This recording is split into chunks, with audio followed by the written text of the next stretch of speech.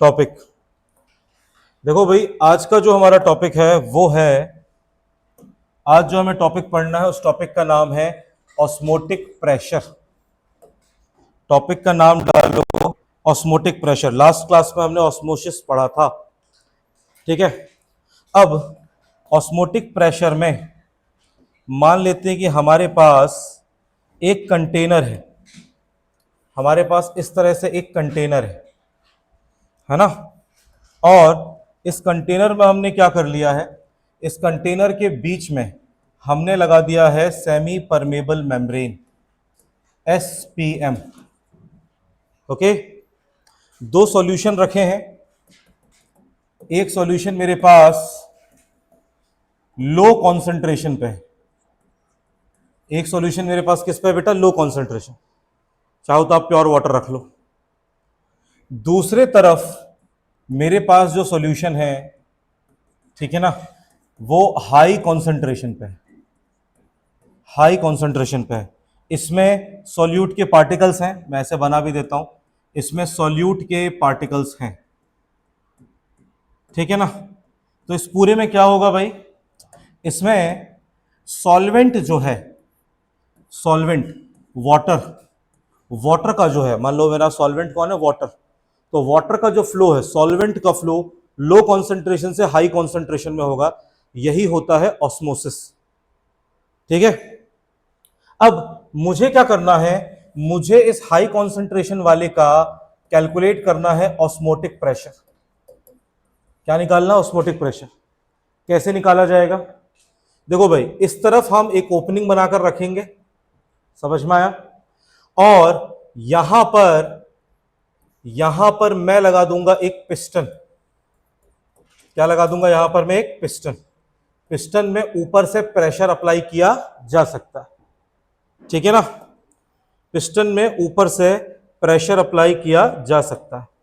और इसमें भी इस तरीके से वही सॉल्यूशन है, समझ में आ रहा है, इससे जुड़ा हुआ है, ओके। तो मैं अभी बोल सकता हूं कि अभी वाटर के मॉलिक्यूल्स लो कॉन्सेंट्रेशन से हाई कॉन्सेंट्रेशन पे जा रहे हैं। वाटर कहां से कहां जा रहा है बताओ, वाटर लो कॉन्सेंट्रेशन से हाई कॉन्सेंट्रेशन में जा रहा है।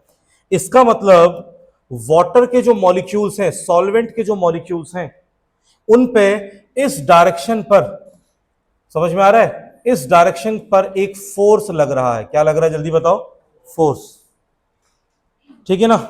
और फोर्स जो है वो एक एरिया पे लग रहा है, वो एरिया है ये, इस एरिया पे फोर्स लग रहा है। जो वॉल है सेमी परमेबल मेम्ब्रेन, उस पे फोर्स लग रहा है। तो बेटा फोर्स अपॉन एरिया क्या कहलाता है, प्रेशर कहलाता है, ठीक है। मुझे इसको कैलकुलेट करना है कि ये कितना है, समझ में आ रहा है, ठीक है ना। तो इसको कैलकुलेट करने के लिए, ठीक है ना, कोई चीज अगर मूव कर रही है तो वो कितनी स्पीड से मूव कर रही है, उसको देखने के लिए हमें कई बार उसको क्या करना पड़ता है, रोकना पड़ता है। समझ में आ रहा है कि नहीं आ रहा। जैसे मान लो आप क्रिकेट खेलते हो, ओके, समझ में आया, तो क्रिकेट की बॉल जो है वो कितनी स्पीड से जा रही है, ठीक है ना। उसको कैलकुलेट करने के और भी तरीके, लेकिन हमको कैसे पता चलेगा, हम अगर कैच करेंगे तो हमको पता चलेगा कितने फोर्स से वो हमारे हाथ में आकर टकराई है। सही बात है कि नहीं, ठीक है।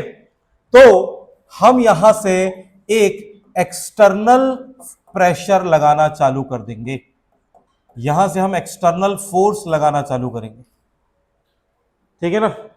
और इस फोर्स को हम लगाते जाएंगे, जैसे जैसे हम ये फोर्स लगाएंगे, यहां से भी एक अपोजिट फोर्स लगना चालू हो जाएगा कि नहीं हो जाएगा बताओ, ठीक है ना। और ये फोर्स हम कब तक लगाएंगे, ये फोर्स हम तब तक लगाएंगे जब तक कि सॉल्वेंट का मूवमेंट रुक ना जाए। किसका मूवमेंट रुक ना जाए जल्दी बताओ, सॉल्वेंट का। और जब सॉल्वेंट का मूवमेंट लो से हाई पे जाना रुक जाएगा, तब जाकर ये जो एक्सटर्नल प्रेशर है ये हो जाएगा ऑस्मोटिक प्रेशर, ये हो जाएगा ऑस्मोटिक प्रेशर, ओके। तो एक्चुअल में ऑस्मोटिक प्रेशर क्या है, एक्चुअल में ऑस्मोटिक प्रेशर ये वाला प्रेशर है जिस प्रेशर से सॉल्वेंट लो कॉन्सेंट्रेशन से हाई कॉन्सेंट्रेशन में जाता है। समझ में आ रहा है।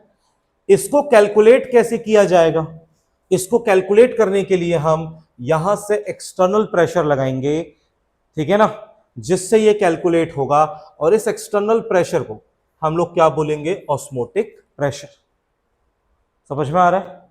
तो डेफिनेशन क्या हो जाएगी, डेफिनेशन हो जाएगी द एक्सटर्नल प्रेशर, जो एक्सटर्नल प्रेशर हम लगा रहे हैं, the external pressure which must be applied, जिसको अप्लाई किया जाना चाहिए, on solution side, solution side मतलब कि high concentration side, solution side, to stop the flow of solvent, जिससे हम सॉल्वेंट का फ्लो रोक दें, to stop the solvent, to stop the flow of solvent from low concentration to high concentration side is called osmotic pressure.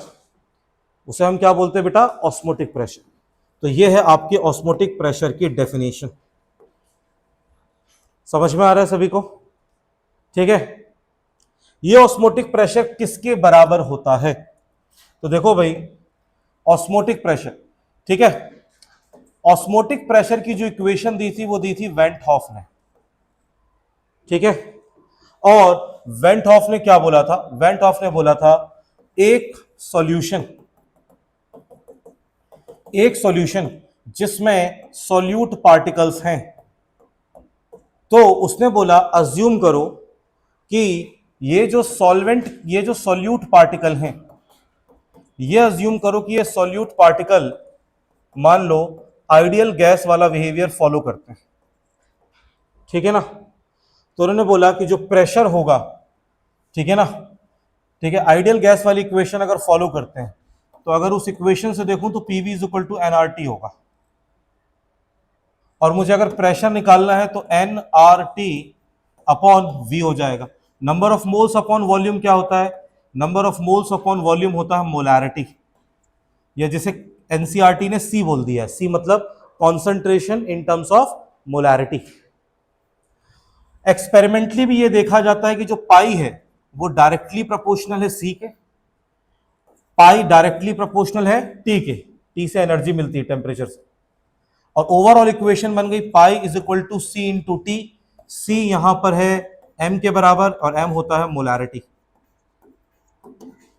तो proportionality का sign हटाया तो वहां पर एक कांस्टेंट लग गया के इंटू सी टी, और जब एक्सपेरिमेंटली चेक करते हैं तो के जो आता है वो बराबर आता है आर के, और आर हमारा वही है जिसका नाम है universal gas constant, universal gas constant,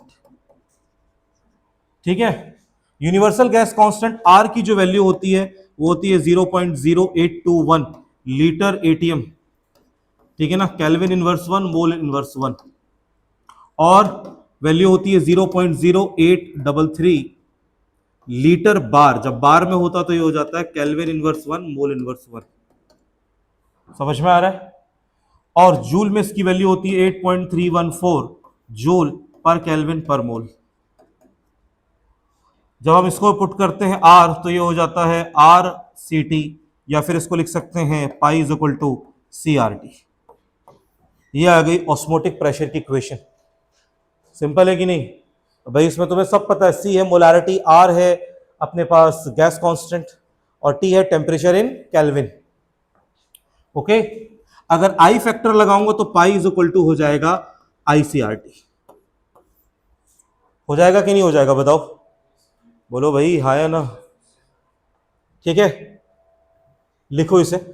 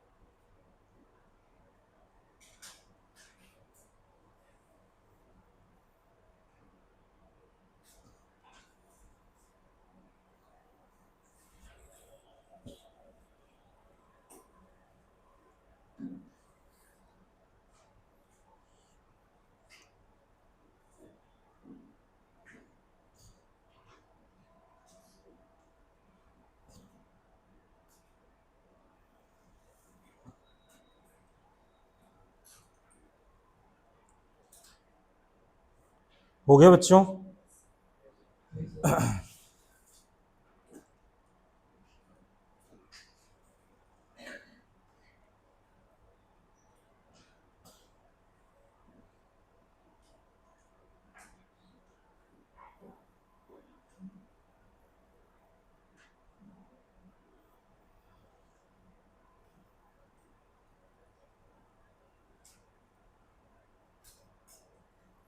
आगे बढ़े,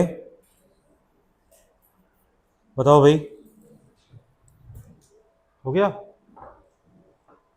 अरे हाँ बोल रहा, ना बोल रहा? जल्दी लिखो थोड़ा।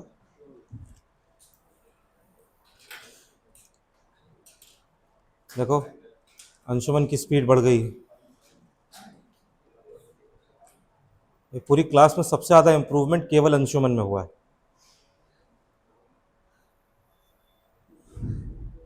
अभी देखना अगले हफ्ते तक वो सारे के सारी एक्सरसाइज 1 एक्सरसाइज 2 सब कंप्लीट कर डालेगा, है ना अंशुमन?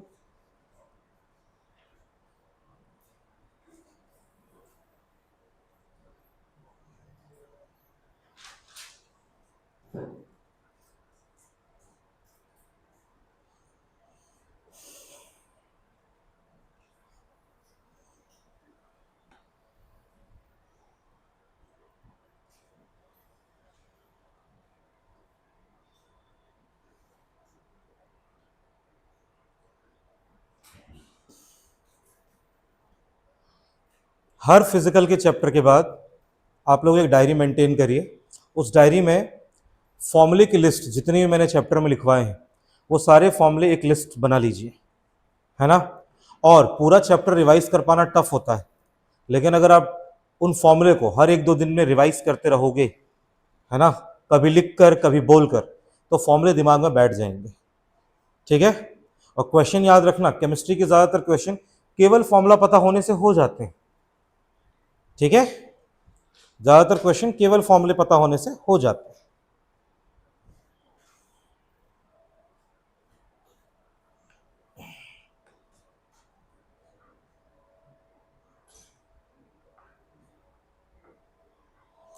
कांस्टेंट्स की वैल्यू लिख लेना, कांस्टेंट्स की वैल्यू याद करना है, ये भी डायरी में नोट करना, जो कांस्टेंट्स हैं अपने, है ना? अच्छी बात यह है कि जब हम जेई मेन का पेपर देते हैं तो कभी कभी क्या होता है, कई क्वेश्चंस में आर की वैल्यू वो दे देता है और कई कांस्टेंट्स की वैल्यू वो दे देता है ना? लेकिन याद कर लो। ठीक है? मैंने ट्रिक भी बताई थी कि इन दोनों के लिए आप रफ में लिख पुट कर सकते हो 1/12, इसके लिए आप रफ में पुट कर सकते हो 100/12।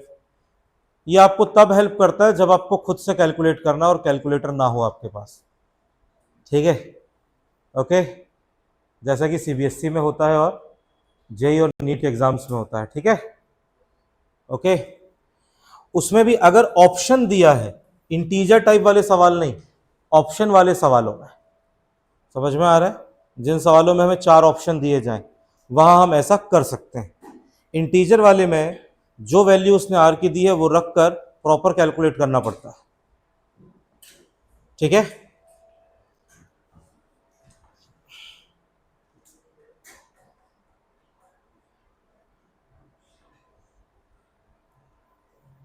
बढ़े आगे।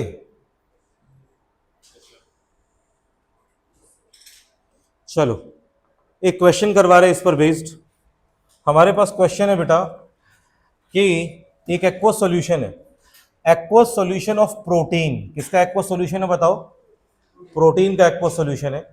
उसको कंटेन करता है 1.26 ग्राम प्रोटीन इन 200 सीसी सॉल्यूशन। बेटा सीसी मतलब होता है सेंटीमीटर क्यूब, और सेंटीमीटर क्यूब किसके बराबर होता है? एमएल के बराबर होता है। ठीक है? तो पहली लाइन से हमें क्या क्या पता चला उसको गिवन में लिख लो। क्या पता चला हमें? Aqua solution of protein contains, हमें प्रोटीन का मास दिया है 1.26 ग्राम, वॉल्यूम हमें दिया है, वॉल्यूम दिया है एमएल में 200 ml। ठीक है? Osmotic pressure of this solution at 300 kelvin, 300 kelvin पर हमें ऑस्मोटिक प्रेशर दिया है। कितना दिया है? 2.5 इंटू 10⁻³ पाई की वैल्यू दी है 2.5 इंटू 10⁻³ बार में दी है value. Calculate molecular mass of protein, मतलब एमबी। मॉलिक्यूलर मास हमें प्रोटीन का निकालना है, एमबी कैलकुलेट करना है। ठीक है। प्रोटीन, प्रोटीन ना तो एसोसिएट होता है ना तो डिसोसिएट होता है। ठीक है, तो हम फॉर्मूला लगाएंगे pi is equal to C R T, और फिर सी को ओपन कर देंगे W B into 1000 upon M B into volume in M L. ठीक है, मोलैरिटी का फॉर्मूला हमने ओपन कर दिया, आर इंटू टी, और अब पुट कर दो वैल्यूज। डब्ल्यू बी है 1.26 into 1000 divided by M B हमको निकालना है। ठीक है, वॉल्यूम इन एमएल दिया है 200, आर का वैल्यू, ठीक है ना, बार में दिया है तो 0.0833 होता है, 1/12 रख सकते हैं। टेम्परेचर, टेम्परेचर हमको दिया है 300। अब इसको सॉल्व करना है, पाई का वैल्यू दिया है 2.5 इंटू 10⁻³ सॉल्व करके एम बी निकल जाएगा, निकल जाएगा। चलो सॉल्व करके एम बी का वैल्यू निकालो, है ना, सॉल्व करके एम बी का वैल्यू निकालो।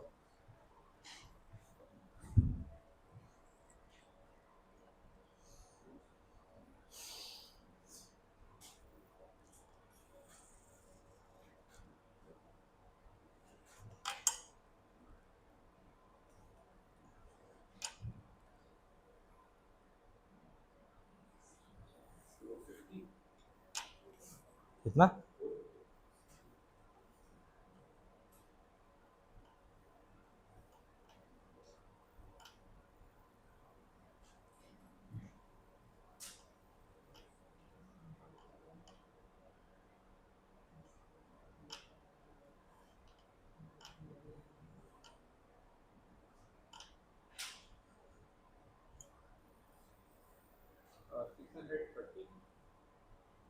एक बार और सोचो।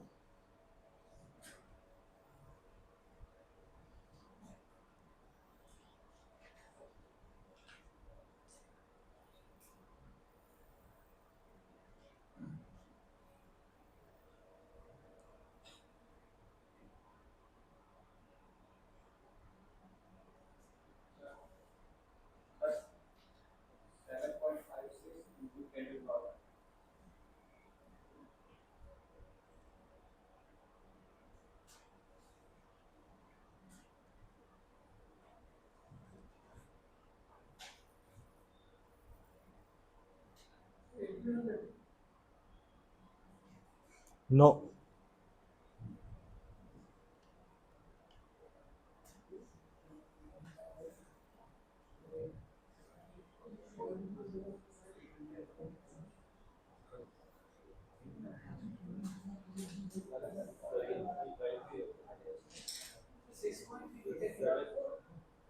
क्या?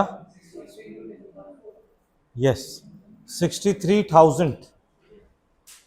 63 बेटा, प्रोटीन्स लार्ज साइज के होते हैं, प्रोटीन लार्ज साइज होते हैं।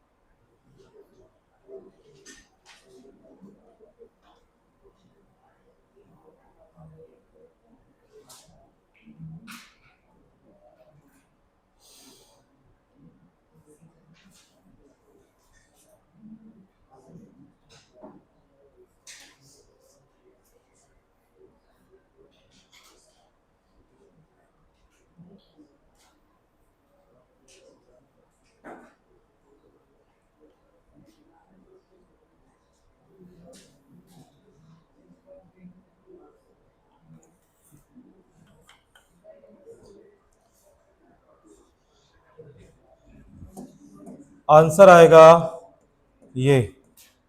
कैलकुलेट नहीं कर पाए क्या अभी तक? बताओ, M B is equal to 1260 हो जाएगा 1000 का मल्टीप्लाई करके, अपॉन में हो जाएगा 2.5, 10 की पावर -3, 10 की पावर -3 ऊपर जाके +3 हो जाएगा, 200 है, ये हो जाएगा 100, ये हो जाएगा 4, तो बचा 4 और ये हो गया 100, तो ये 0000 कट गया, 2.5 इंटू 4 ये हो जाता है 10, 1260 इंटू 10⁻³ अपॉन 2 इंटू 10 हो गया, एक जीरो से एक जीरो और कट गया, ये हो गया 63, 63 के बाद 3 जीरो, 63000 AMU। समझ में आया? ये हो गया इसका मॉलिक्यूलर मास प्रोटीन का, बन जाएगा। ओके, आगे बढ़े, चलो देखो भाई, किसकी आवाज आ रही है? शांत बैठो भाई। मेरे पास, अगर मेरे पास दो सॉल्यूशन है ना, फॉर 2 सॉल्यूशंस, 2 सॉल्यूशंस हैं, एक सॉल्यूशन है ए, एक सॉल्यूशन है बी, इसका ऑस्मोटिक प्रेशर है पाई ए, इसका ऑस्मोटिक प्रेशर है पाई बी, ठीक है, पाई ए और पाई बी। अगर पाई ए बराबर है पाई बी के, पाई ए बराबर है पाई बी के, तो बेटा ऐसे सॉल्यूशन को हम कहते हैं आइसोटोनिक सॉल्यूशन। तो कहीं अगर आइसोटोनिक लिखा हो मतलब कि उनके ऑस्मोटिक प्रेशर बराबर है, आइसोटोनिक सॉल्यूशन। और अगर एक बड़ा हो एक छोटा हो, ठीक है, इसमें एक बड़ा हो और एक क्या हो, एक छोटा हो, तो एक बड़ा हो और एक छोटा हो, तो बेटा जिसका बड़ा है ना, जिसका बड़ा ऑस्मोटिक प्रेशर है उसे हम लोग बोलेंगे हाइपरटोनिक सॉल्यूशन, हाइपरटोनिक सॉल्यूशन। और जिसका छोटा है, ठीक है ना, छोटा ऑस्मोटिक प्रेशर है, उसको बोलेंगे हाइपोटोनिक सॉल्यूशन, हाइपोटोनिक सॉल्यूशन। बस नाम हमें क्लियर होना चाहिए, ठीक है ना। हाइपरटोनिक मतलब बड़ा है, बड़ा ऑस्मोटिक प्रेशर है, हायर ऑस्मोटिक प्रेशर है, और पाई भी छोटा है, हाइपोटोनिक, तो यहां पर बोलेंगे स्मॉलर ऑस्मोटिक प्रेशर की वैल्यू, ठीक है, समझ में आ रहा है। इसके बाद हमारे पास अगली टर्म होती है, उसे कहते हैं रिवर्स ऑस्मोसिस। बेटा अगली टर्म है रिवर्स ऑस्मोसिस, ठीक है। तो रिवर्स ऑस्मोसिस पे देखते हैं, हमने एक कंटेनर ले लिया इस तरह से, ठीक है, रिवर्स ऑस्मोसिस जिसको शॉर्ट में कहा जाता है आरओ, ठीक है ना। आरओ वही चीज है जिसका इस्तेमाल हम घरों में वाटर को प्यूरिफाई करने के लिए करते हैं, ये स्पेशली सॉल्ट वाटर को प्योरीफाई करने के लिए यूज किया जाता है। तो आरओ में क्या किया जाता है, बीच में लगा दिया जाता है, बीच में क्या लगा देते हैं हम, इसमें एसपीएम लगा होता है, इस तरीके से एसपीएम, ओके। और एक तरफ ले लेते हैं हम प्योर वाटर, एक तरफ हम ले लेते हैं प्योर वाटर, एक तरफ प्योर वाटर है, ओके। और दूसरी तरफ क्या कर लेते हैं, दूसरी तरफ हमारे पास इम्प्योर वाटर है जिसमें सॉल्ट प्रेजेंट है, ठीक है ना, जिसमें क्या प्रेजेंट है, सॉल्ट, तो इसको लिख लेते हैं सॉल्ट वाटर, ठीक है।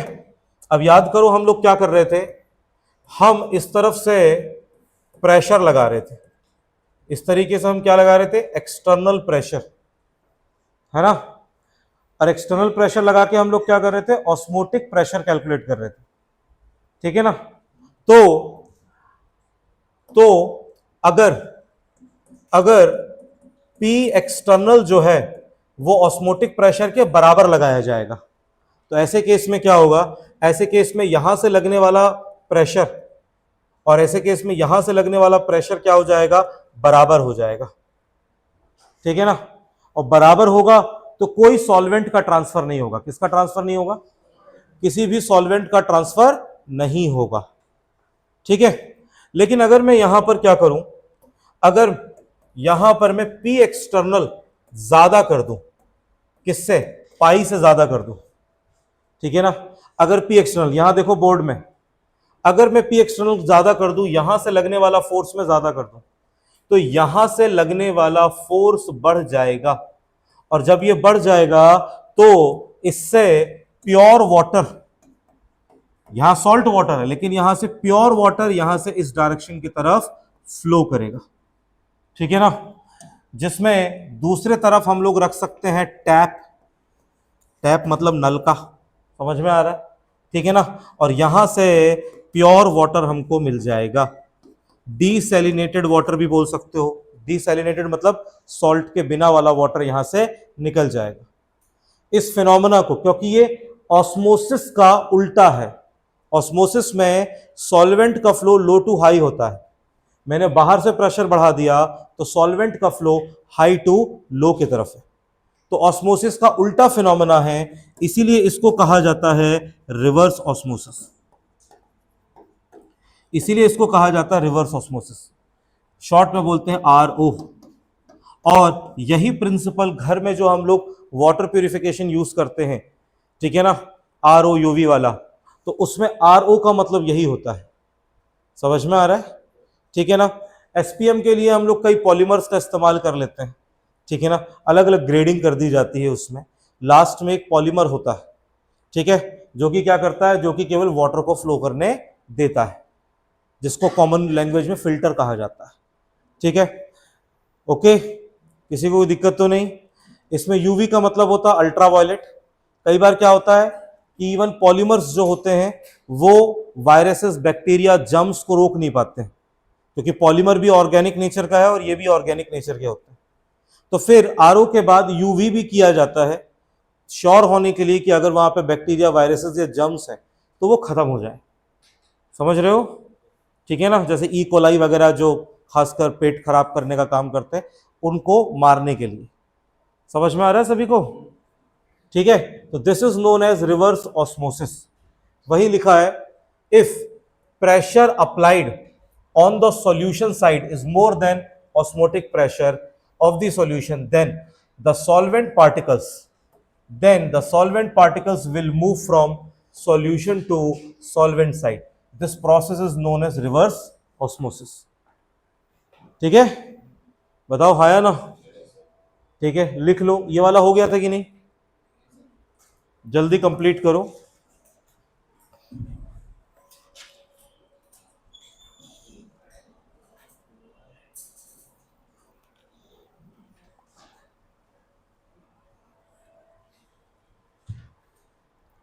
अब हमारे पास कुछ क्वेश्चंस करेंगे, अब हम कुछ क्वेश्चंस करेंगे, ठीक है।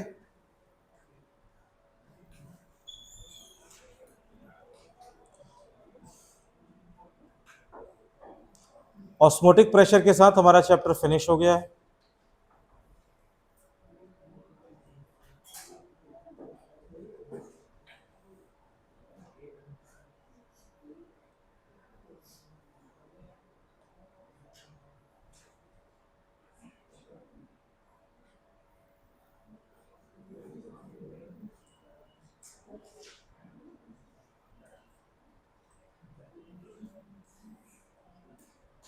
हाँ भाई, आगे बढ़े।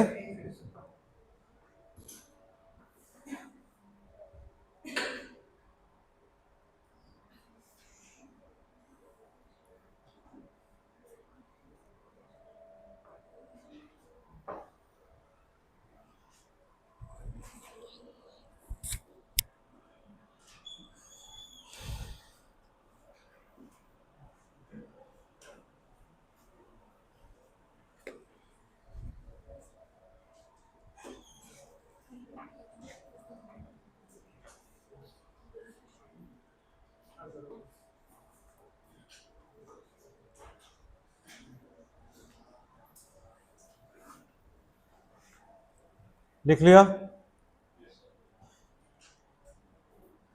इस चैप्टर की एनसीईआरटी बहुत आसान है और आप लोगों को पढ़नी चाहिए, ठीक है, समझ में आ रहा है, बहुत आसान है, आपको पढ़नी चाहिए।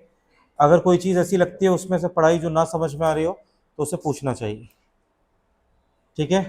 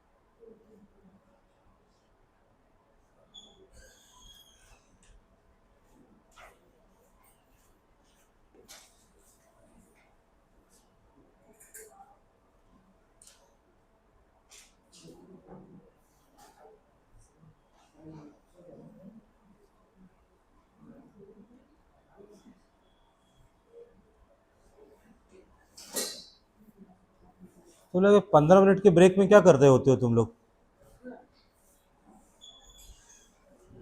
बैठ जाओ चुपचाप।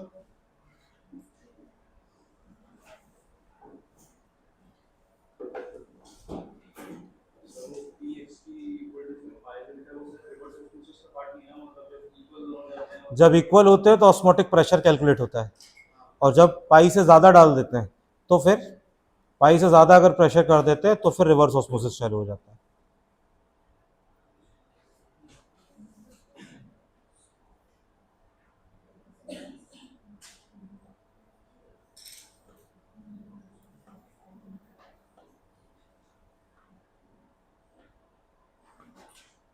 बेटा ये मोबाइल फ़ोन क्यों चला रहा है बेटा? तुम्हें इंटरव्यू इंटरव्यू सुनते हो जो बच्चा अभी ISC में टॉप किया 12th में? हाँ, 100% आए उसके, कानपुर का लड़का है। और इससे पहले अभी 10th CBSE का रिजल्ट आया था, उसमें जो बच्ची थी। ओ भैया चुप रहोगे जब हम बोलेंगे तो, कि नहीं चुप रहोगे, कि अब डांटना ही पड़ेगा?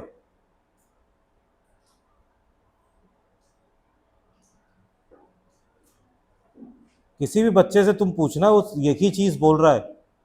अगर तुम किसी भी बच्चे का इंटरव्यू देखोगे, यूट्यूब में पड़े हुए हैं सबके इंटरव्यू, कि आपने पढ़ाई करने के लिए क्या किया, तो एक ही चीज बता रहा, पढ़ने के टाइम पर और ओवरऑल अगर देखा जाए तो मोबाइल फोन से दूरी रखिए। जब तक मोबाइल फोन चलाते रहोगे तो दिमाग कहां चलेगा? समझ रहे हो ना? 12th पास करनी है ना। ठीक है, और सिर्फ 12th की बात नहीं कर रहा हूं मैं, ओवरऑल लाइफ की बात कर रहा हूं।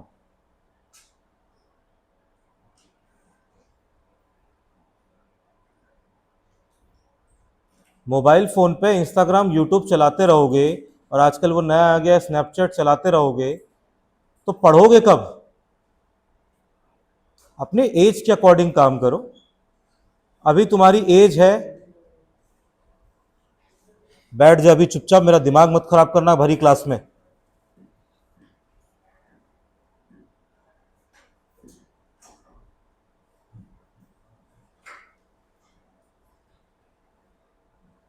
मैं क्लास में क्या डांटने के लिए आया हूं क्या?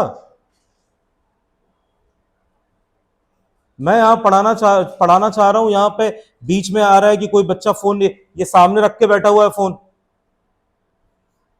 नई जिंदगी कट रही क्या उसके बिना?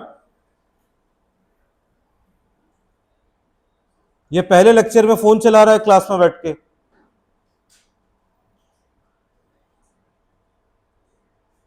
मुझे शौक है तुम लोगों को डांटने का? मुझे एक चीज बताओ, या मुझे अच्छा लगता है कि नहीं? मैं क्या कहते हैं, बच्चों को बुलाकर क्लास में बैठ के डांटना प्रेफर करता हूं। लाइफ में कुछ बन जाओ, डॉक्टर, इंजीनियर, प्रोफेसर, जो बनना चाहते हो पहले वो अचीव कर लो, उसके बाद करते रहना भाई जो करना है। 11th-12th में ही आपको टीचर्स मिलेंगे जो आपको डांट डांट कर समझाना चाहेंगे, बेटा कुछ अच्छा कर लो। एक बार कॉलेज चले जाओगे तो ना कोई पढ़ाता है, समझ में आ रहा? कोई नहीं पढ़ाता है कॉलेज में, खुद पढ़ना होता है। कोई आपकी प्लेसमेंट नहीं करवाएगा कॉलेज जाने के बाद, समझ में आ रहा है?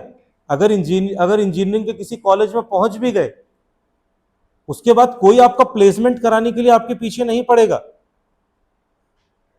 आपको खुद मेहनत करनी है, खुद पढ़ाई करना है, खुद अपने नॉलेज को स्ट्रांग करना है, ताकि सामने से जो कंपनी आ रही है, जब आप इंटरव्यू आपसे ले तो आप जवाब दे सको।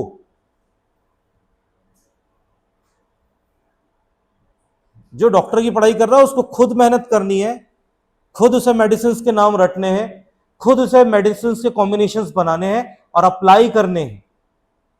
जो आपके सीनियर है वो आपको हद से हद गाइड कर सकते हैं बस, लेकिन नहीं अभी भी 2 मिनट का टाइम मिला, फोन निकाल के देख लिया, अरे किसी का मैसेज ना आ गया हो, किसी का क्या कहते हैं, इंस्टाग्राम में किसी ने रील ना भेज दी हो, अरे ये रील छूट ना जाए। तुम्हारी लाइफ से बढ़कर थोड़ी है ये सब चीजें।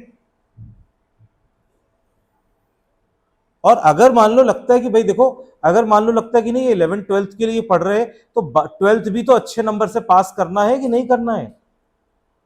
मैं प्रेशर नहीं बना रहा हूं, लेकिन चीजों को समझो। अगर आईआईटी एम्स एनआईटी नहीं भी जा रहे हो तो आजकल तो सेंट्रल यूनिवर्सिटी कानपुर यूनिवर्सिटी के लिए भी सीयूईटी का एग्जाम रख दिया है कि नहीं रख दिया बताओ, कि प्राइवेट कॉलेज में ही जाके पैसा दोगे। अभी देखना 12th कंप्लीट होगी, तुम में से हो सकता है कुछ लोग जेई के एग्जाम दो, कुछ लोग एग्जाम ना दो। और भाई कोई जो एग्जाम, भाई एग्जाम दे भी रहे हो, क्या पता कि तुम्हारा सिलेक्शन हो।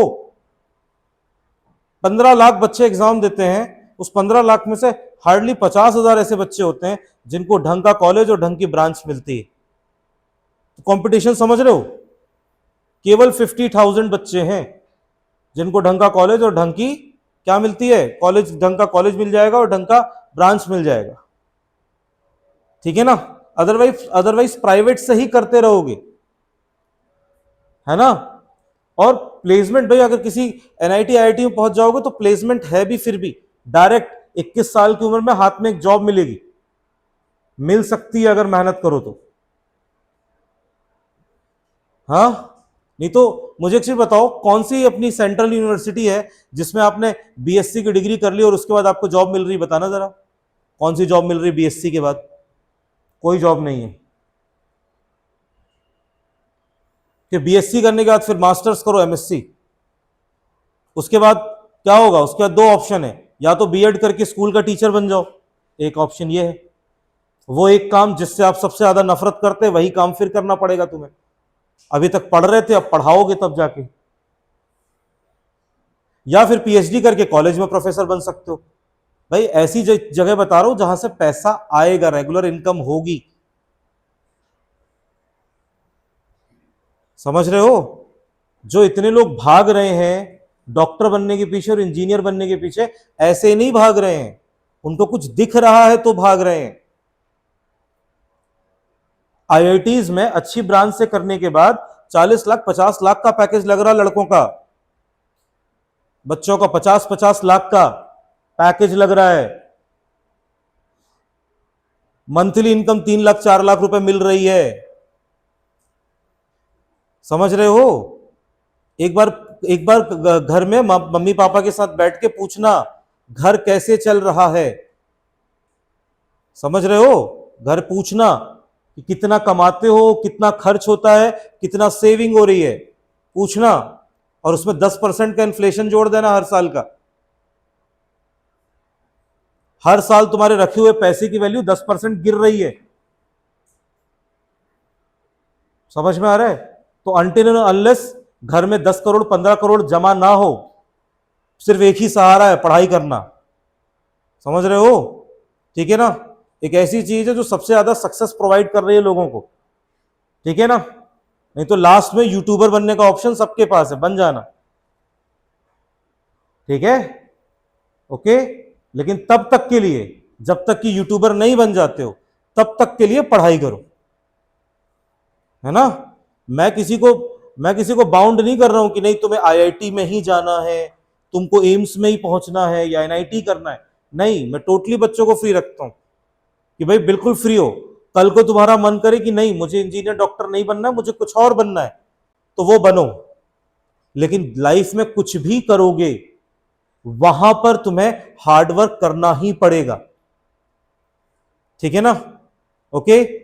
लाइफ में यह सोचकर कि सर जो बोल रहे हैं उससे मुझे कोई फर्क नहीं पड़ता, बाजू वाला जो बोल रहा है उससे मुझे कोई फर्क नहीं पड़ता, पेरेंट जो बोल रहे हैं उससे मुझे कोई फर्क नहीं पड़ता, मेरा बिल्कुल केयरलेस एटीट्यूड है। समझ में आ रहा है ना? ठीक है ना। कॉलेज के 4 साल बात करने के बाद ये जो केयरलेस एटीट्यूड है ना, ये घुस जाता है। ठीक है ना। और उसके बाद सिर्फ एक ही चीज रहती है कि जॉब ढूंढो।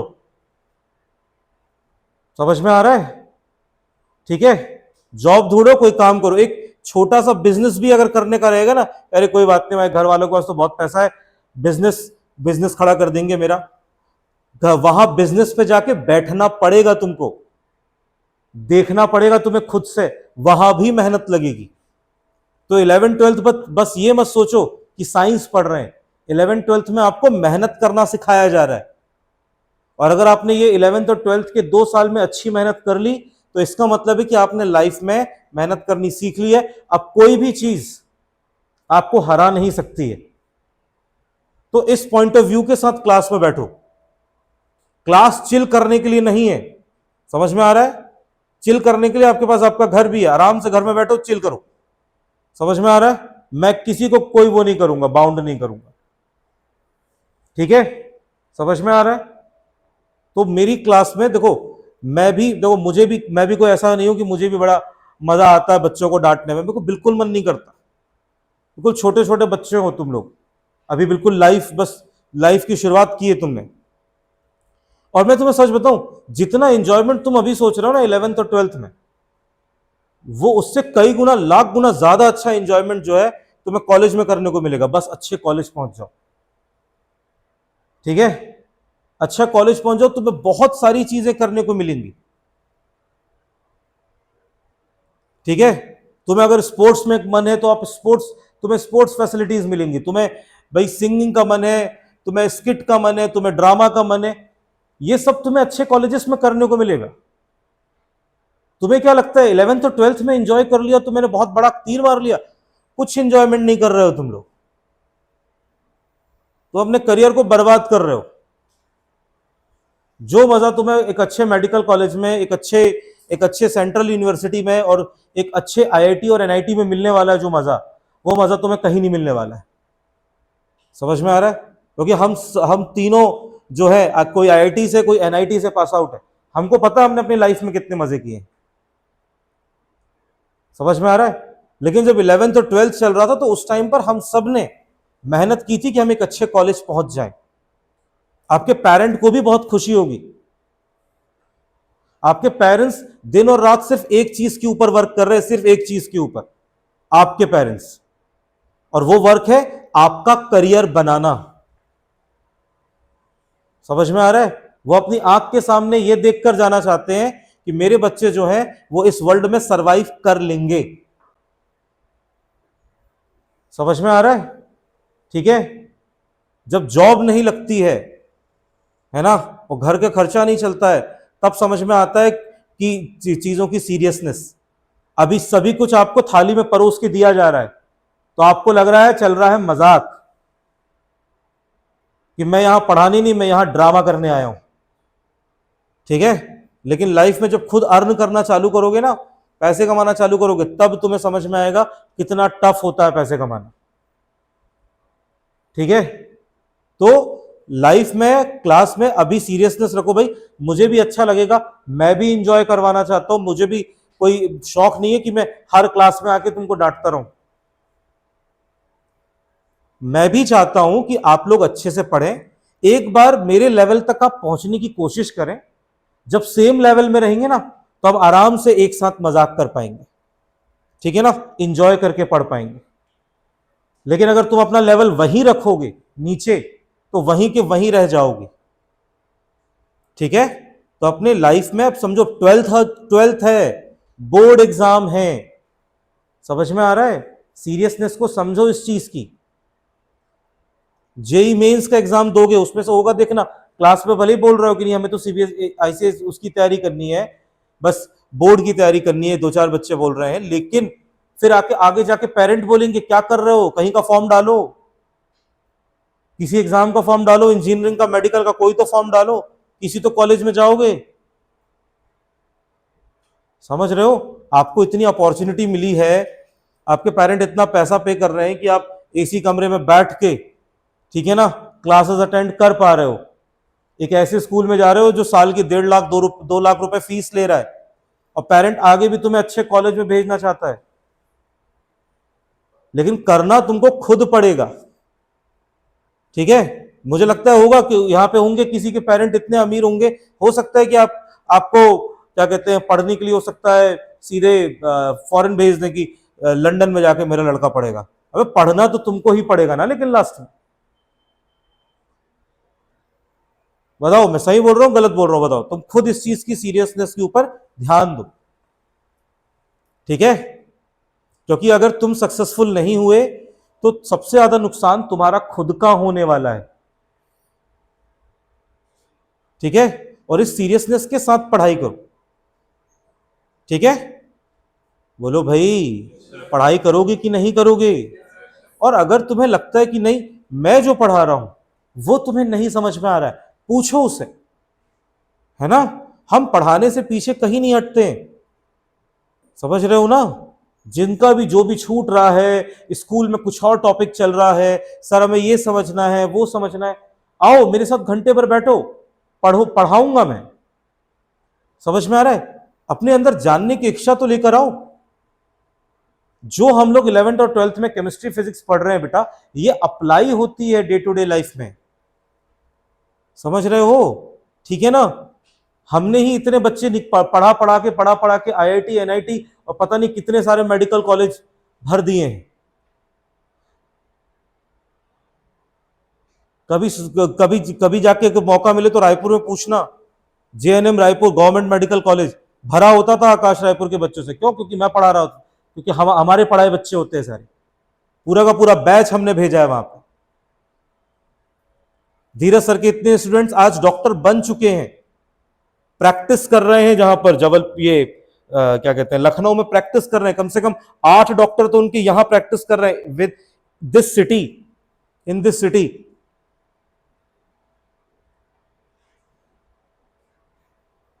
मेरा करियर छोटा रहा 10 साल का, लेकिन उसमें भी कम से कम 300 400 500 बच्चे मेरे आईआईटी और एनआईटी से पास होके प्लेसमेंट ले चुके हैं। मेरा स्टूडेंट माइक्रोसॉफ्ट में जॉब करता है, मेरा स्टूडेंट इंटेल में काम कर रहा है। तो यहां एक थोड़ा सा एक गैप है बना हुआ है, अभी हमने अपने अंदर वो पैशन नहीं लेकर आया किसी चीज को लेकर। समझ में आ रहा है? ठीक है, किसी चीज को लेकर हमने अपने अंदर पैशन नहीं लाया कि ये मुझे अपने लाइफ में अचीव करना है। और बेटा जब तक वो अचीव नहीं, जब तक वो एम जनरेट नहीं होगा ना, तुम अपनी लाइफ में कभी कुछ अचीव नहीं कर पाओगे। तब ना उस दिन, जिस दिन वो एम आ जाएगा अपने दिमाग में कि मुझे इस जगह पहुंचना है, तो उस दिन जो होगा, उस दिन आपको भूख प्यास ठंड गर्मी, मन नहीं लग रहा है, स्कूल में ज्यादा प्रेशर है, कोचिंग में ज्यादा प्रेशर है, अरे क्या कहते हैं, क्या कहते हैं, हमारा ये यहां मेरा ध्यान भटक गया, और ये सब चीजें साइडलाइन हो जाती हैं। मैंने तुम्हारी क्लास में किसी को बताया था शायद, मैंने 12th क्लास का बोर्ड का एग्जाम दिया था। 12th क्लास के बोर्ड के एग्जाम में मैथ्स का पेपर मेरा बिगड़ गया था। 2012 की बात बता रहा हूं, मेरा मैथ्स का पेपर बिगड़ा था, और मैं जिस सिटी से बिलोंग करता हूं उस सिटी में स्पेशलाइज्ड आईआईटी जेई कोचिंग्स नहीं थी। हम लोग 3 अलग अलग टीचर्स के पास जाते हैं। तुम लोग स्कूल का लोड बताते हो ना कि स्कूल में बहुत लोड मिल रहा है और ये हो रहा है, हम पढ़ नहीं पा रहे हैं, ध्यान भटक रहा है। स्कूल से आने के बाद 3 अलग अलग कोचिंग, एक सिटी के इस कोने पे और एक सिटी के दूसरे कोने पे, हर दिन 3 क्लास अटेंड करते थे। और जब 12th में मैथ्स का पेपर बिगड़ा था, तो मैंने सिर्फ एक ही चीज बोला था कि मुझे जाना है, मैं दूसरी सिटी जाके मैं तैयारी करना चाहता हूं। मेरे पेरेंट्स ने मुझे भोपाल भेजा था, और मुझे अच्छे से याद है 26 मार्च का दिन रहा होगा, और मेरा जेई मेंस का पेपर इसी, उस टाइम पे जेई मेंस नहीं होता था, एआई ट्रिपल ई होता था, जेई मेंस का पुराना नाम। जेई मेंस का पेपर ये कुछ 29 मई के आसपास था। मुझे अच्छे से याद है 2 महीने मैंने सब छोड़ दिया था, ना मैंने फोन चलाया होगा, ना मैंने, उस टाइम पे तो फोन, स्मार्टफोन थे ही नहीं ज्यादा, उस टाइम पे लैपटॉप होते थे, लेकिन लैपटॉप तक नहीं चलाया मैंने। सुबह 7 बजे से लेकर शाम के 7 बजे तक मैं केवल और केवल पढ़ाई करता था कोचिंग में बैठ के, और उसके बाद घर आने के बाद, लंच करने के बाद, फिर मैं रात के 11:30 12 बजे तक मैं सवाल लगाया करता था, और दिमाग में सिर्फ एक ही एम था कि मुझे अच्छे कॉलेज में जाना है। मैं स्टेट गवर्नमेंट के कॉलेज से इंजीनियरिंग नहीं करूंगा, प्राइवेट तो दूर की बात गई। मैंने अपने दिमाग में ठान लिया था कि मिनिमम मुझे एनआईटी चाहिए। समझ में आ रहा है? एम डिसाइड करना होता है अपनी लाइफ में। मुझे अच्छे से याद है जब मैंने 29 मई को मैंने अपना पेपर दे दिया था, और मुझे ये भी, तुम्हें ये भी बता रहा हूं, 29 मई के बाद मेरा स्टेट गवर्नमेंट के इंजीनियरिंग कॉलेज का वो था जिसको पीईटी बोलते हैं, मैंने छोड़ दिया। मैंने 29 मई के बाद पढ़ाई नहीं करी है, बिना पढ़े मैं गया था उसका पेपर देने। मेरे एक भैया रहते थे भोपाल में, उन्होंने मुझे बोला कि चल तुझे भोपाल घुमाता हूँ, कहाँ घूमने जाओगे?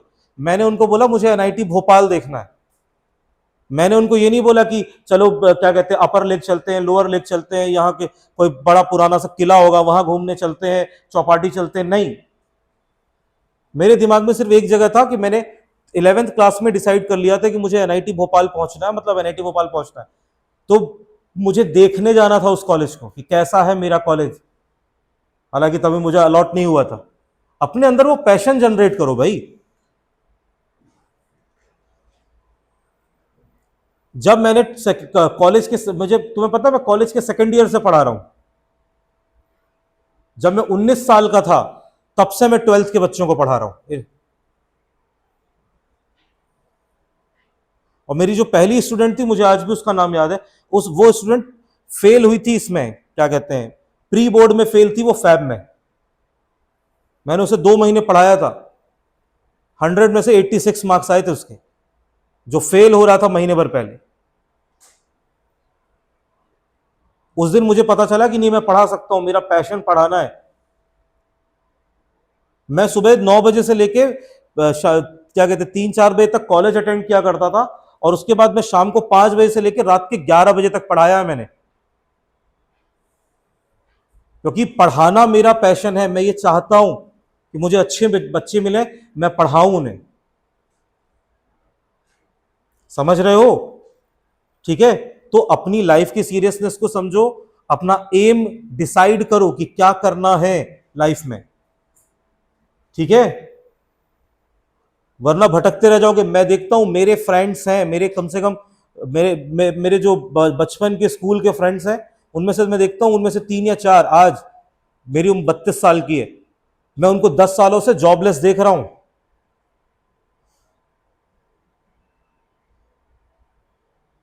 तो तुम समझो कि तुम कॉलेज करने के बाद, चलो बैचलर्स मास्टर्स और ये सब करने के बाद, अगर तुम जॉबलेस रहोगे तो तुम समझो कि पेरेंट को क्या फील होगा उस टाइम पे।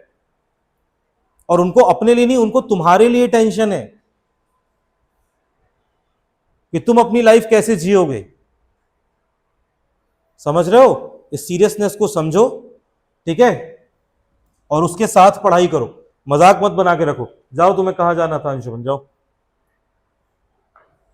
चलो भाई, अगला क्वेश्चन देखेंगे। देखो भाई, नेक्स्ट क्वेश्चन है, इस टाइप के क्वेश्चन इसमें बहुत सारे आते हैं, है ना।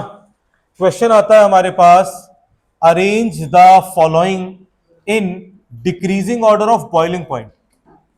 ऐसा कैसे भी करके आपको सवाल दे सकता है, बॉइलिंग पॉइंट में दे सकता है, फ्रीजिंग पॉइंट में दे सकता है, ऑस्मोटिक प्रेशर में दे सकता है, और वेपर प्रेशर में दे सकता है, ठीक है। तो ऐसे केस में हमें 4 ऑप्शन दे दिया और बोल रहा है इन चारों को अरेंज करो, ठीक है ना।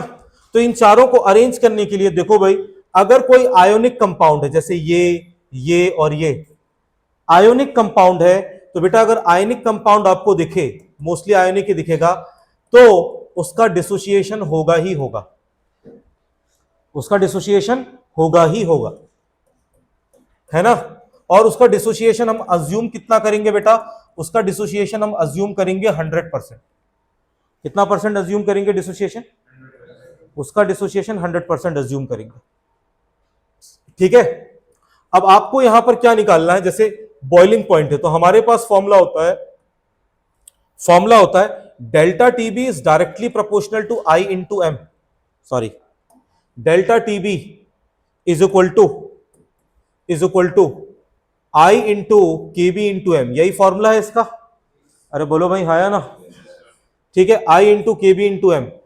के बी तो कांस्टेंट होता है, तो हम ये बोल सकते हैं delta TB is directly proportional to I into M. समझ में आ रहा है? मोलैलिटी होता है एम। यहां पर हमें एक और अजम्पशन लेना है, मोलैरिटी को बराबर मानना है किसके? मोलैलिटी के। अगर आ जाए ऐसा तो मोलैलिटी को मोलैरिटी के बराबर मानना है, मतलब सारे क्वेश्चन आई इंटू एम से ही होंगे बस, है ना, क्योंकि ऑर्डर बताना, वैल्यू नहीं निकालनी, सारे क्वेश्चन आई इंटू एम से लेंगे। तो अब हम इन चारों केसेस में आई इंटू एम निकाल लेते हैं, चारों केसेस में। पहला केस है ये, दूसरा केस है ये, तीसरा है ये, चौथा है ये। तो इस केस में I इंटू एम कितना होगा भाई?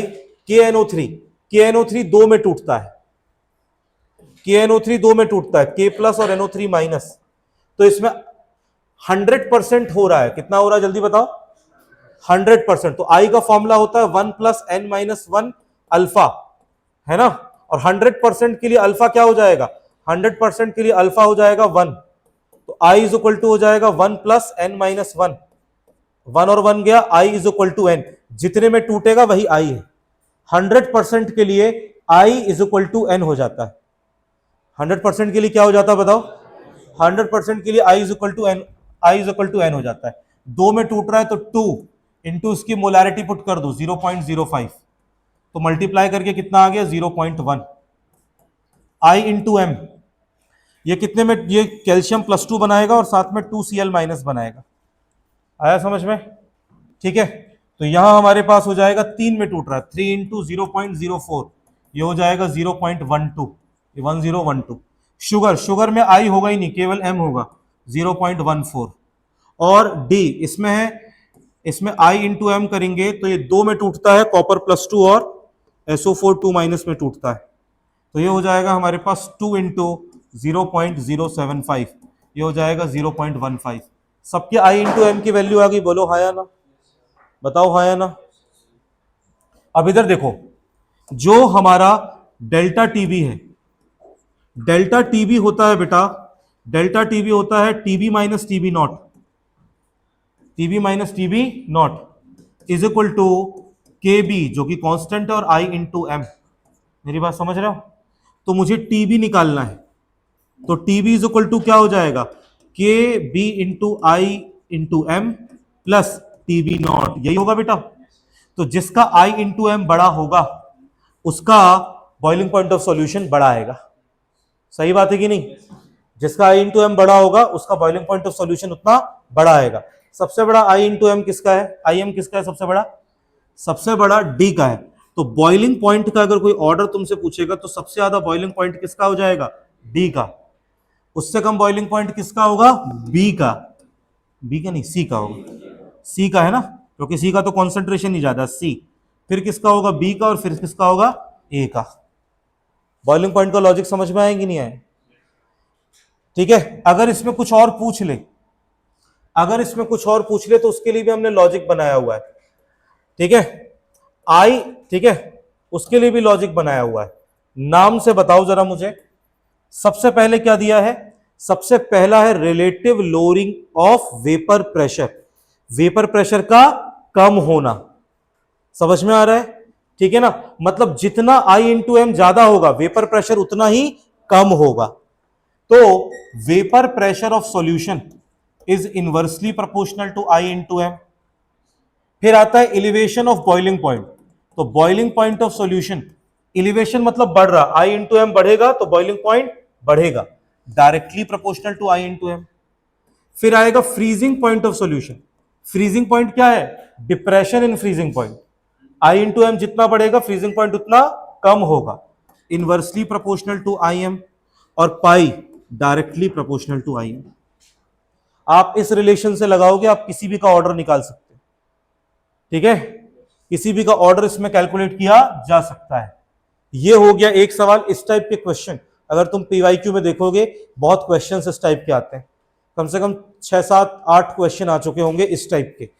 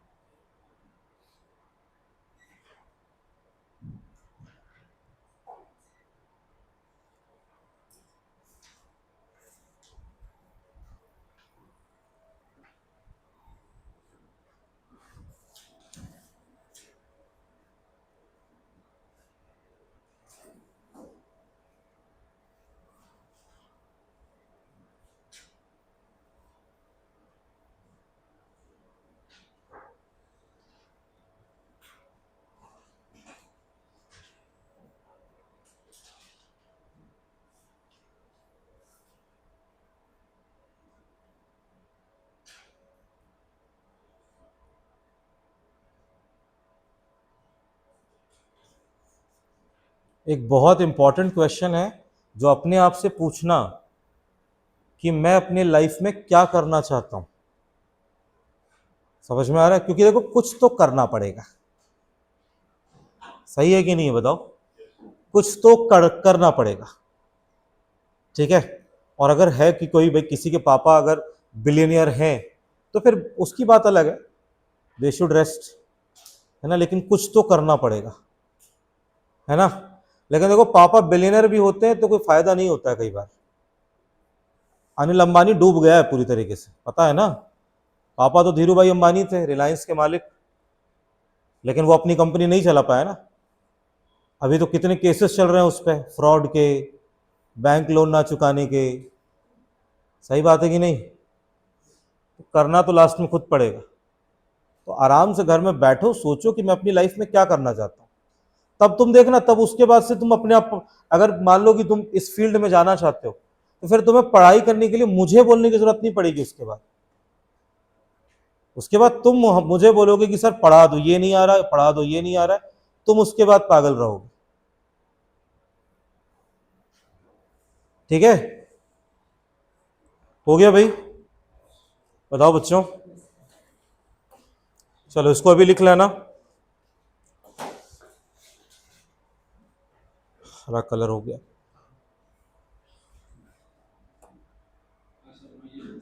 क्या हुआ? लिख भाई लिख।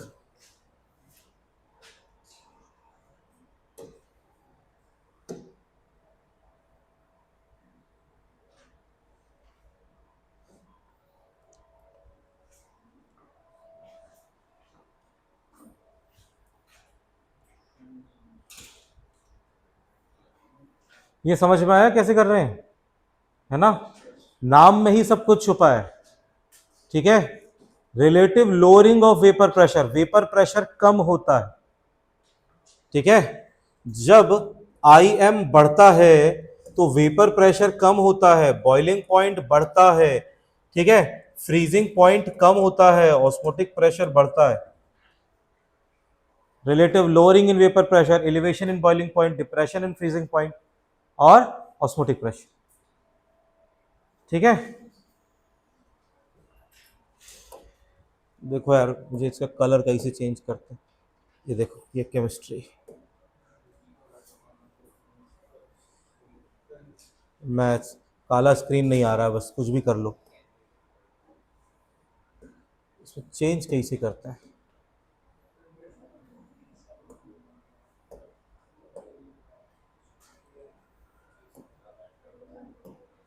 आ गया आ गया आ गया, शांत रहो, आ गया। We have achieved greatness hair.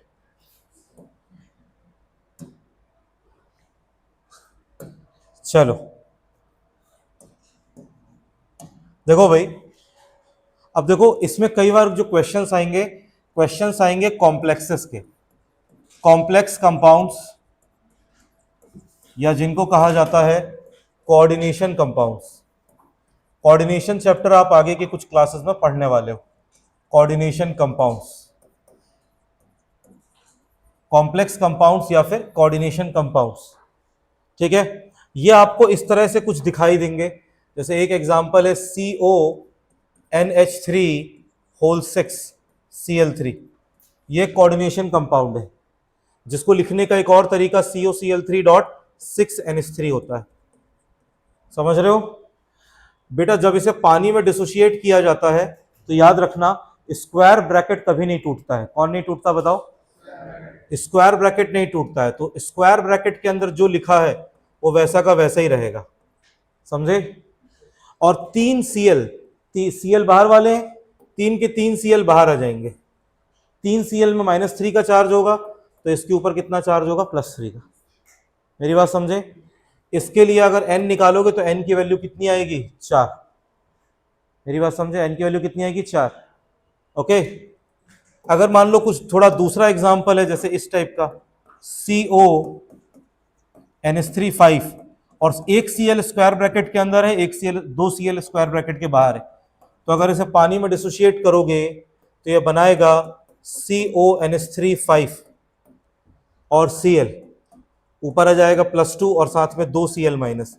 इसके लिए n का जो वैल्यू रहेगा इसके लिए n का वैल्यू रहेगा 3, समझ रहे हो, इसके लिए n का वैल्यू 3 रहेगा। और अगर ऐसा कोई एग्जांपल दिया है CONH3 4, ये हो जाएगा Cl2 और एक Cl बाहर, ओके, तो ये आ जाएगा CONH3 4 Cl2 प्लस 1 और Cl माइनस, इसके लिए n की वैल्यू 2 रहेगी। समझ में आ रहा है, इसके लिए n की वैल्यू क्या रहेगी 2।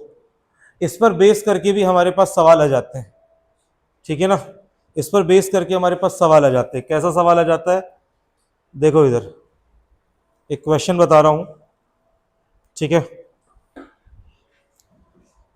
हमें दिया है एक क्वेश्चन, ठीक है, क्वेश्चन बोल रहा है कि मेरे पास एक कॉम्प्लेक्स है PtCl4.6H2O can exist as hydrated complex, can exist as hydrated complex, hydrated complex के जैसे एग्जिस्ट कर सकता है।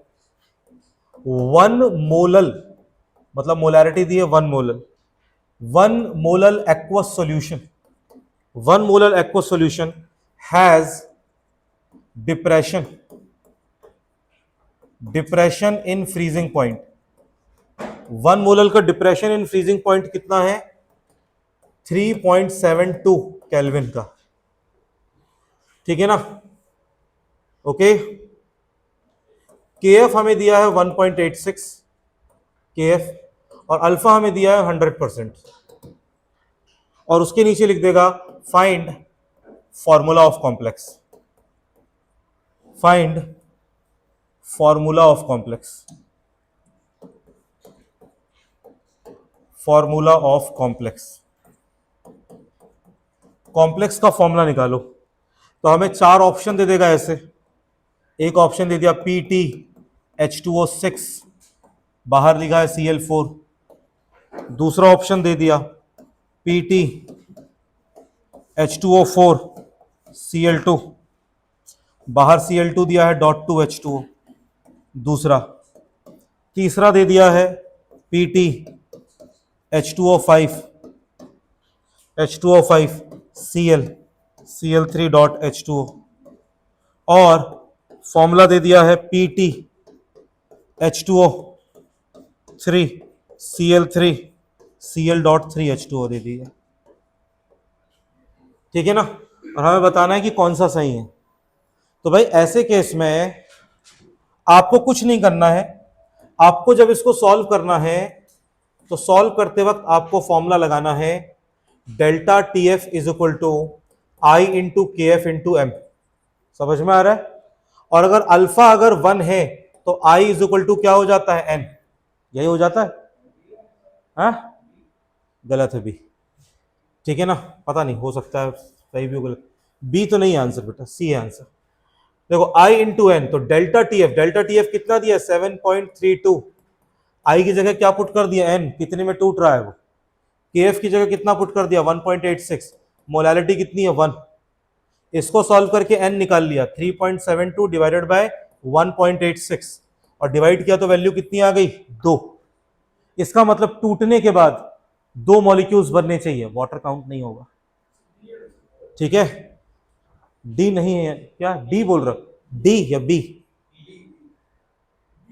मैं पूछ रहा हूं मैं, तुमने क्या बोला, बात तो आंसर आ गया ना, n इज इक्वल टू 2 आया, तो 2 में कौन टूटेगा, 2 में डी टूटेगा, समझ में आ रहा है, 2 में कौन टूटेगा, डी टूटेगा। हाँ वाटर को काउंट मत करना, वाटर तो पानी में ही मिल जाएगा ना, एक्वा सॉल्यूशन है, तो जो भी इफेक्ट आएगा वो इनके कारण आएगा, पानी के अलावा दूसरे आयंस। तो इसको जब तोड़ोगे, तुम इसको तोड़ कर देखो भाई, एक आयन ये बनेगा और एक आयन ये बनेगा, 2 ही तो बने, समझ में आया। एक इस टाइप का भी सवाल आता है इसमें, ठीक है बच्चों, तो इसके सवाल कर दिए। अब आगे जो है आपको आपके बोर्ड लेवल के भी कुछ क्वेश्चंस में कराऊंगा आगे की क्लासेस में, अलग से टाइम बताकर, ठीक है, ओके।